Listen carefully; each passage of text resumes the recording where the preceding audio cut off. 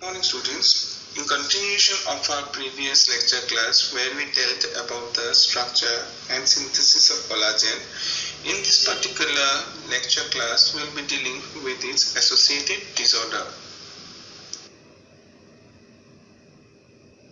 A number of genetic and deficiency diseases results from abnormality in synthesis of collagen. Now we know that in total there are 28 types of collagen, and those 28 types of collagen are formed by 30 different polypeptide chains. We have discussed it in our previous class. Now as there are 30 different polypeptide chains, these 30 different polypeptide chains are coded by 30 different genes, right? So these 30 genes, they are designated according to the pro-collagen type, and they constitute alpha chain called pro-alpha chain. For example, COL1A1 gene, right, codes for type 1 collagen. This COL1, right, it is designating the type of collagen. Likewise, COL2 here, it is designating the type 2 collagen. So the number after COL, it says about the type of collagen, whether it is type 1, type 2, type 3, type 4, type 5, type 6 likewise. And after that, this particular alphabet A1 or A2, it designates the type of pro-alpha chain that has been synthesized. Whether it is alpha 1, whether it is alpha 2, whether it is alpha 3. Okay, so COL1A1 gene codes for the pro-alpha 1 polypeptide chain of type 1 collagen. Similarly, COL2A2 gene codes for pro-alpha 2 polypeptide chain of type 2 collagen. Right? If I would have had here COL1A2, then it would have been the gene that is coding for pro-alpha 1 chain, that is alpha 1 polypeptide chain, pro-alpha 2 polypeptide chain of collagen type 1. So as collagen contains 3 alpha chains, the constituent pro-alpha chain can be identical. That is, this 3 alpha triple helical structure formed by these 3 alpha chain, they are identical. Means all the 3 collagen forming polypeptides, triple helical polypeptides, are of pro-alpha 1 chain variety. So type 2 collagen is a homotrimeric. That is, all the polypeptide chains are identical. Now, another type here is the heterotrimeric, where the polypeptide chains are different, like in collagen type 1, which is composed of 2 pro-alpha 1 chain and 1 pro-alpha 2 chain.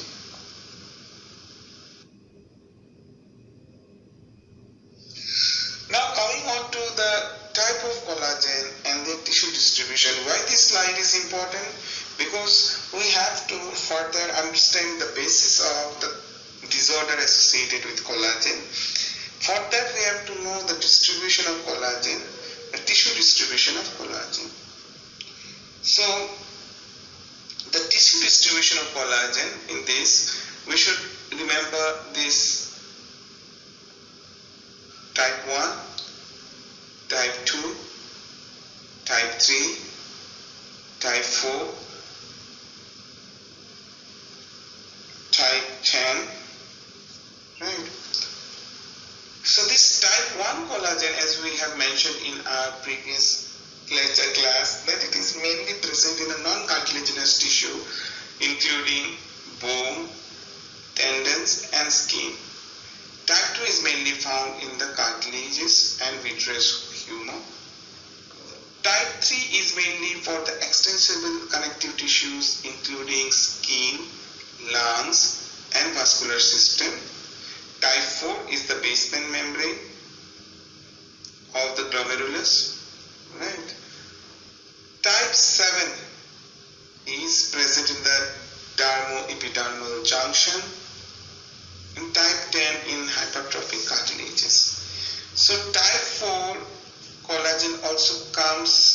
classification of network forming collagen that we have seen in our previous class, and that network forming collagen forms the basement membrane of the glomerulus. Type 7 is the variety which comes under encoding fibrils, and it is mainly present in the dermo-epidermal junction connecting the basal lamina to the cartilages which is present in the skin. There are various other types till 28, and their tissue distribution is given in this particular chart, but the important few we have mainly marked.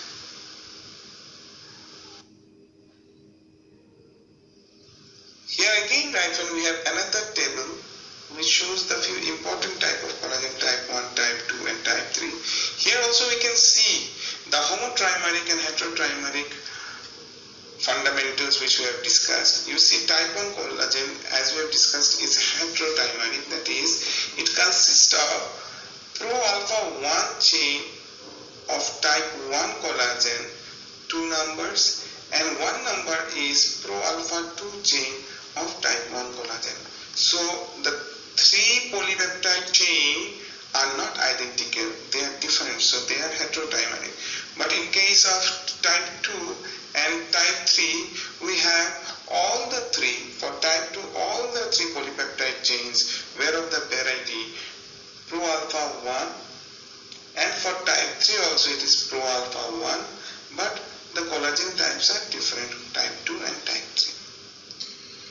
3. Now, as we have discussed that normally the secondary structure of the protein involves the intra-chain hydrogen bonding. But in collagen, it is different. We don't have intra-chain hydrogen bonding, and the helical structure assumed by the alpha chains are due to the pyridine rings of proline and hydroxyproline, which keep their side chains away from each other and assume the helical structure. But the stabilization of this triple helical structure is being done by the interchain hydrogen bonding. So the 3 helical chains, alpha chains, are arranged in such a manner that the glycine of one chain and proline of the second chain and hydroxyproline of the third chain, they are at the same level. Why this same level is required? It is just for the ease with which the carbonyl oxygen of glycine will form hydrogen bond with amino nitrogen of proline present in the second alpha chain. Likewise, the glycine of the second alpha chain 2 is going to form hydrogen bonds with the amino nitrogen of the proline of the third alpha chain. So there is a hydrogen bonding which is present between the glycine and the amino nitrogen of the adjacent chains. This hydrogen bonding will give stability to the structure of the collagen. Normally it happens like this one. Before going into the detailed discussion of the various disease disorders associated with this collagen, we should understand that the synthesis step of collagen involves various enzymes. So let us recapitulate the slide which we have discussed in our previous class, that there are 2 broad processes which are going on for the collagen in the collagen synthesis. One is your intracellular process, another is extracellular process. So in intracellular process, first of all, the pro-alpha chain, the pre-pro-alpha chain which are directed to the endoplasmic reticulum consist of signal peptide, and that has been cleaved in the endoplasmic reticulum forming pro-alpha chain. And then In that pro-alpha chain, we have got this hydroxylation of the proline and the lysine residues. So enzyme here involved is proline hydroxylase. Once this hydroxylation occurs, and after that we have further seen that the extension peptide in the pro-alpha chain, they form interchain or intra-chain disulfide bond formation and resulting in the further formation of triple helix. Okay. Here in hydroxylation, we have also seen the hydroxylysine residues can be glycosylated by your galactose residues or glucosyl galactose residues. This triple helical structure is then secreted in the extracellular space where the propeptides, that is the extension peptide in the amino and carboxy terminal, will be cleaved by the aminoproteinase enzyme, carboxy aminoproteinase enzyme and carboxyproteinase enzyme and aminoproteinase enzyme, which are present in the extracellular space. Once this is done, and after that the self-assembly is the cardinal rule, and the self-assembly of triple helix takes place, and they are assembled in a quarter staggered alignment. After the alignment is done, the oxidative deamination of epsilon amino group occurs by the enzyme, copper containing enzyme lysine oxidase. And this lysine oxidase ultimately results in the conversion of the epsilon amino group to the corresponding aldehyde and results further into the cross-linking of the fibrils to give a strong fiber by the aldol condensation or the formation of Skiff space that also we have discussed in a previous class. So in short, right, these are the various processes which occurs in the synthesis of collagen, and there are at least 8 enzymes which catalyzes the post-translational modification step of the pathway of collagen. Any disease or mutation in the collagen genes or genes encoding these enzymes will result in a disease process. So just to make you understand that what we have discussed about the normal structure of collagen, the hydrogen bonding which occurs between the two chains, right, it occurs in this manner. As I have said, carbonyl oxygen of glycine is bonding with the amino nitrogen of proline, right? But just imagine, due to the defective gene, the glycine residues is getting replaced by an alanine residue. Okay, so the alanine residue will have a methyl group, extra methyl group, which has to be accommodated in the space between two chains. So as a result, they are not compacted. And what occurs is that a water molecule will fill up the space in between, and it is going to form hydrogen bond with the amino nitrogen of the proline residue. So there will be incorporation of the water molecule just because the chain has got alanine residue in place of glycine, and alanine residue has got an extra methyl group which has to be accommodated. So as a result, this entire structure is distorted. This structure is distorted, and the collagen becomes very fragile.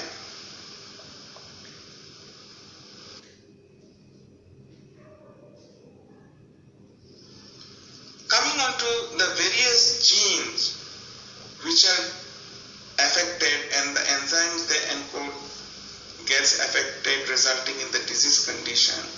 This is the table depicting those particular disease condition. Knowledge of the distribution of collagen will form a very vital role here in this particular chart. As we have discussed, collagen 1 is mainly, type 1 collagen is mainly found in the bones and the tendons. So any sort of defect is going to affect those structures. So collagen 1A1 and collagen 1A2 are the gene which encodes for the alpha chain, pro-alpha chain of type 1 collagen, right? And type 1 collagen, as you all know, is heterotrimeric, having collagen 1, pro-alpha 1, 2 chains, and pro-alpha 2, 1 chain, right? And these are distributed in the bones and the tendons. So any sort of defect is going to affect the bone. What are the defects? It is osteogenesis imperfecta, or it can osteoporosis, or Elledette Syndrome subtype arthrochalasia. So these are all disease conditions which are associated with collagen 1A1 and collagen 1A2 defective genes. Now coming on to collagen 2A1 gene, right? This particular variety type 2 collagen, which encodes for the pro-alpha 1 chain of type 2 collagen.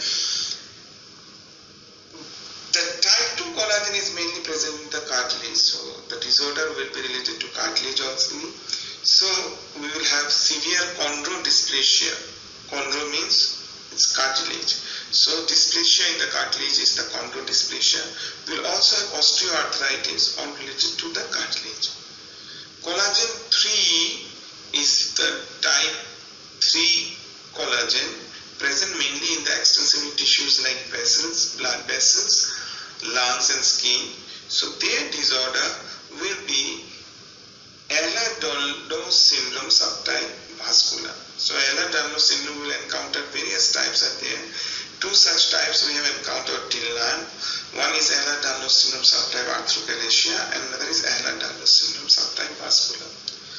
Collagen 4, which is mainly present as network forming collagen type 4 in the basement membrane of the glomeruli, right? So defect in that particular gene encoding type 4 collagen will result in Alport syndrome, which is autosomal, which can be autosomal or X-linked. Collagen 7, as we have seen, encodes collagen 7A1 encodes for type 7 collagen, and type 7 collagen is an encoding fibril variety and is mainly present in the dermo-epidermal junction. So its defect is going to cause a disease known as epidermolysis bullosa. Then further moving down, collagen 10 is going to give me metaplasial chondrodysplasia, mainly affecting the cartilage.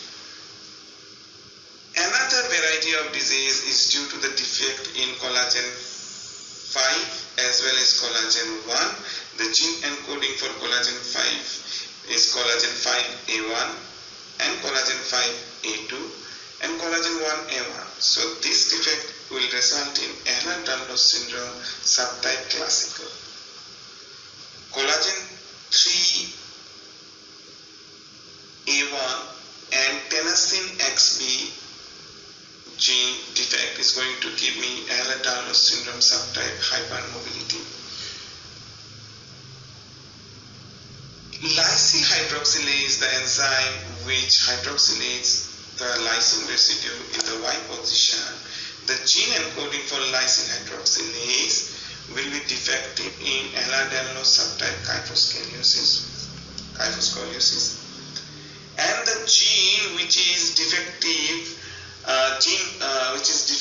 for Elledette syndrome subtype dermatosparaxis is Adam metallopeptidase. These are mainly the carboxyproteinase or the aminoproteinase which are present in the extracellular space, and they cleave the essential peptides, the propeptides. The gene for lysyl oxidase will be defective in Menkes disease. This lysyl oxidase is going to form convert the epsilon amino group of the lysine residue to the corresponding aldehydes, and that ultimately will result in the cross-linking of the fibrils to form the strong fiber via aldol condensation on the cross-linkage through Skive space. So these are the different types of disease condition, and denoted here is Elledette Syndrome, which has got around 5 varieties.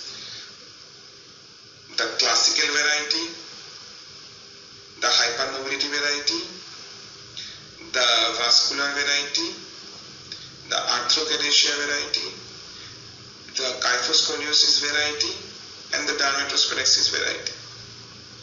So each one of these diseases we will go into some detail and try to know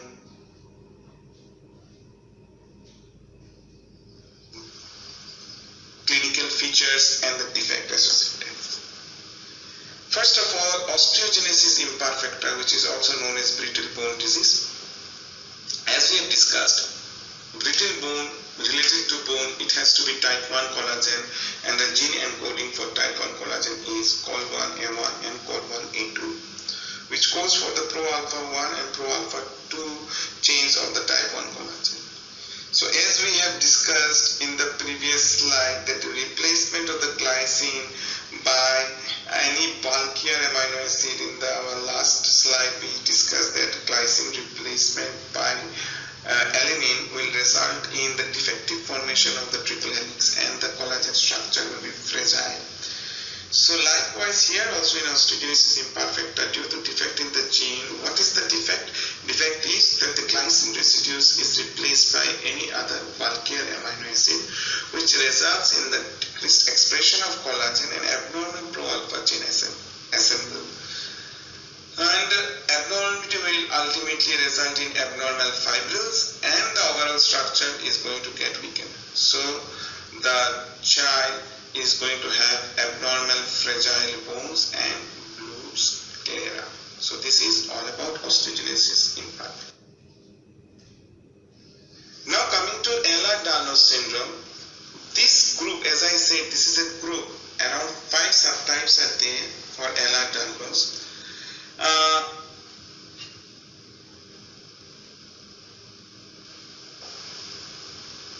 The principal feature for this Elledette syndrome is hyperextensibility of the skin, abnormal tissue fragility, and increased joint mobility. So you see hyperextensibility of the skin. This particular figure shows very beautifully the classical feature of Elledette syndrome, hyperextensibility of the skin, right? You have hypermobile joints and abnormal tissue fragility. In this particular Elledette syndrome, we have got 3 varieties which are very common: hypermobility, classical, and vascular. The incidence rate in particular says it all. Hypermobility is 1 in 10,000, classical is 1 in 20,000, and vascular is 1 in 1 lakh. And rest, we have got less than 60 cases, less than 40 cases, less than 10 cases. Very rare.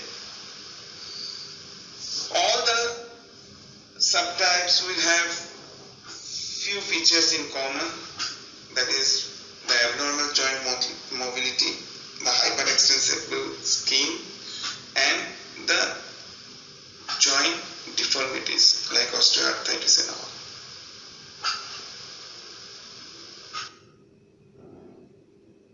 Coming to Alport Syndrome, which is also known as hereditary nephritis, as we have discussed, this Alport Syndrome is associated with defect in type 4 collagen.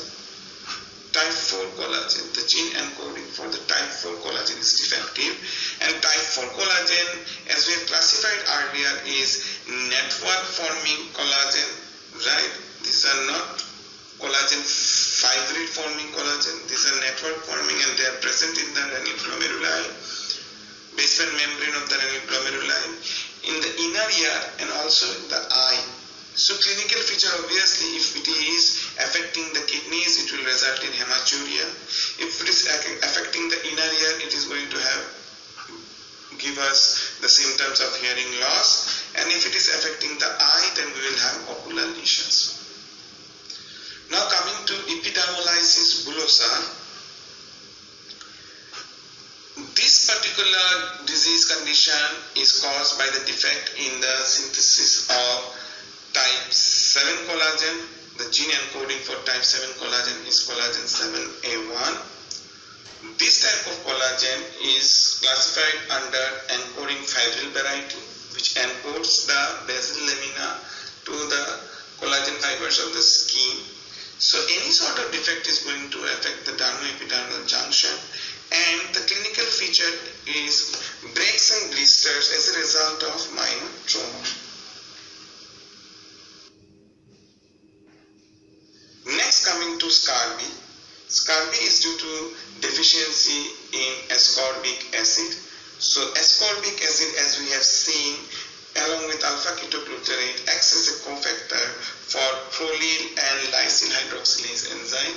So when this prolyl and lysyl hydroxylase enzyme is defective, so the conversion of proline to hydroxyproline or lysine to hydroxylysine doesn't occur, and the entire structure of collagen gets